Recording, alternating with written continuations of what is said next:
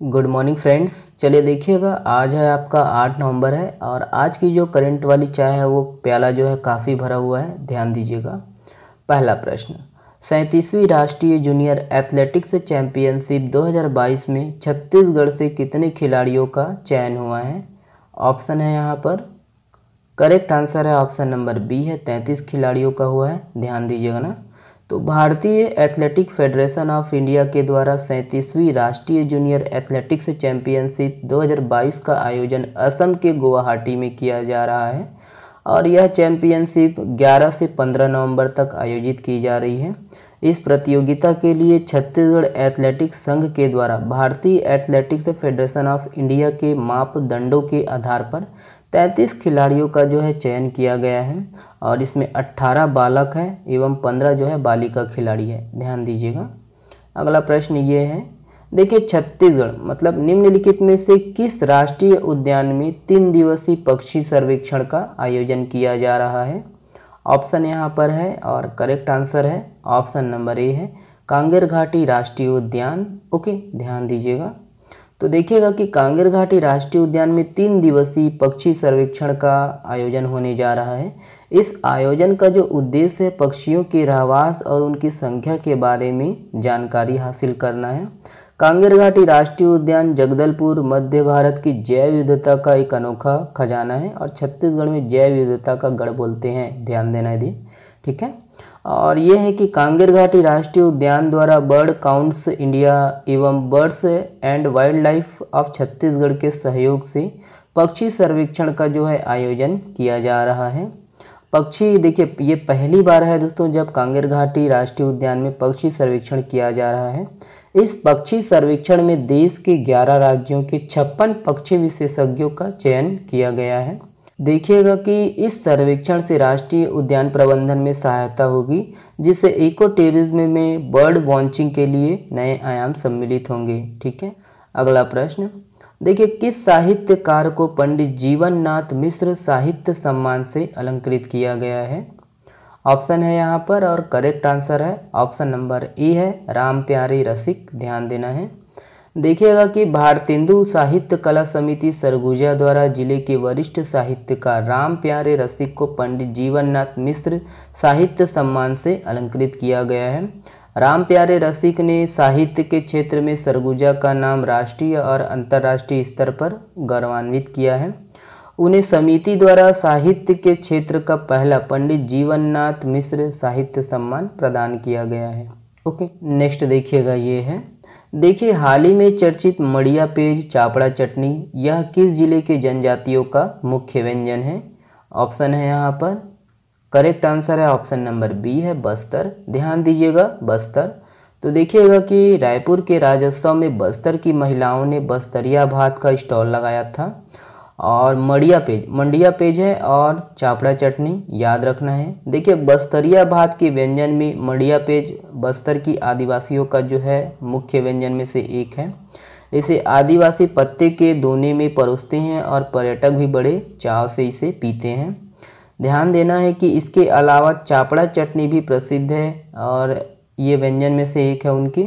सालवना और आम के पेड़ों में पाए जाने वाले बड़े बड़े चींटों को सील पत्थर में पीसकर चापड़ा चटनी तैयार की जाती है और चीला, आमट और बांस की तनों से बनाई जाने वाली बास्ता की जो है सब्जी, बोबो भजिया, चाउर भाजा और चावल और चिकन की जो है ये खिचड़ी होती है, भाजा चाउर भाजा जो है, और तिखुर की बर्फ़ी जैसे व्यंजन के साथ दोस्तों महुआ फूल की चाय की जो है महुआ फूल की चाय भी बस्तरिया भात में शामिल है जो कि स्वादिष्ट होती है। ओके, चलिए ये है, निम्न में से किस जिले में बर्फानी धाम स्थित है? तो किस जिले में, यहाँ पर ऑप्शन है देख लीजिए और करेक्ट आंसर है ऑप्शन नंबर बी है। देखिए राजनांदगांव में है। ध्यान देना है। तो राजनांदगांव में दोस्तों जेई रोड पर स्थित पताल भैरवी को बर्फानी आश्रम, बर्फानी धाम के नाम से भी जाना जाता है। ठीक है, 2 नाम है, याद रखना है। यह मंदिर 3 स्तरों में है। भूतल जो कि जमीन से 18 फीट नीचे है, उसमें माता पताल भैरवी विराजती है। दूसरी स्तर पर त्रिपुर सुंदरी का तीर्थ है, इसे नवदुर्गा भी कहा जाता है।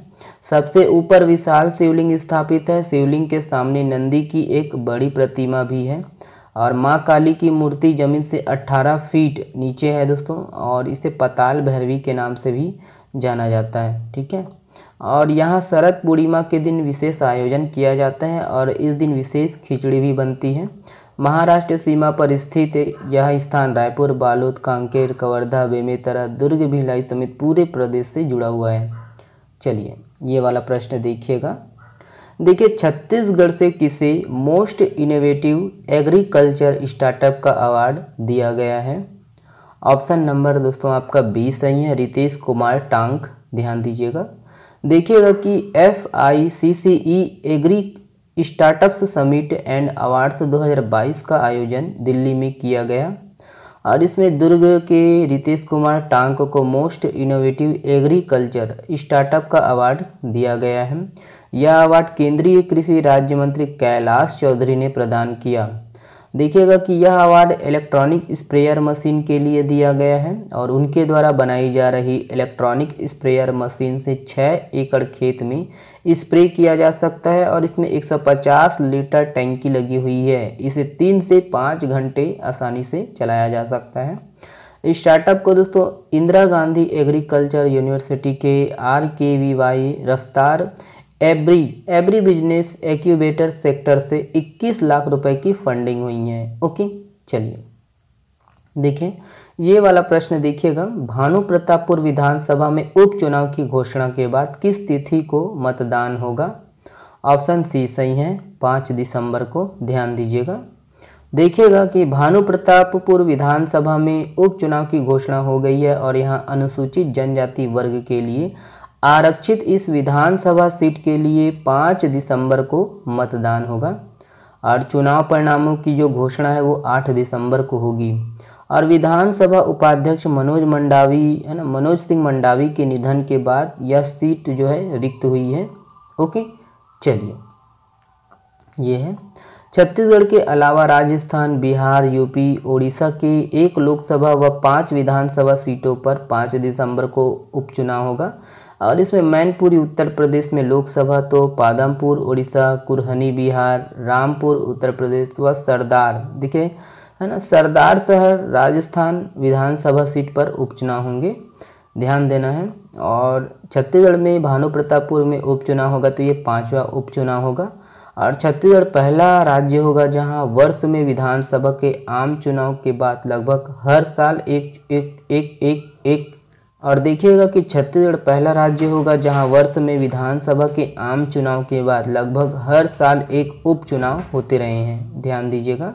देखिएगा अब ये है ना, 4 साल में 4 जो उपचुनाव हुए हैं। भानु प्रतापपुर में जो होगा वो 5वां होगा। तो चित्रकूट 2019 में तत्कालीन कांग्रेस विधायक दीपक बैज की इस्तीफे के बाद उपचुनाव हुआ जिसमें राजमन बेंजाम विधायक बने। कौन से पार्टी? कांग्रेस पार्टी।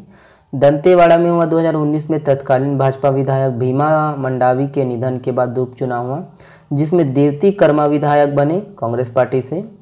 और वही है कि मरवाही 2020 में दोस्तों तत्कालीन छत्तीसगढ़ जनता कांग्रेस विधायक अजीत जोगी के निधन के बाद उपचुनाव हुआ जिसमें डॉक्टर के ध्रुव विधायक बने। कौन से पार्टी से? तो कांग्रेस पार्टी से।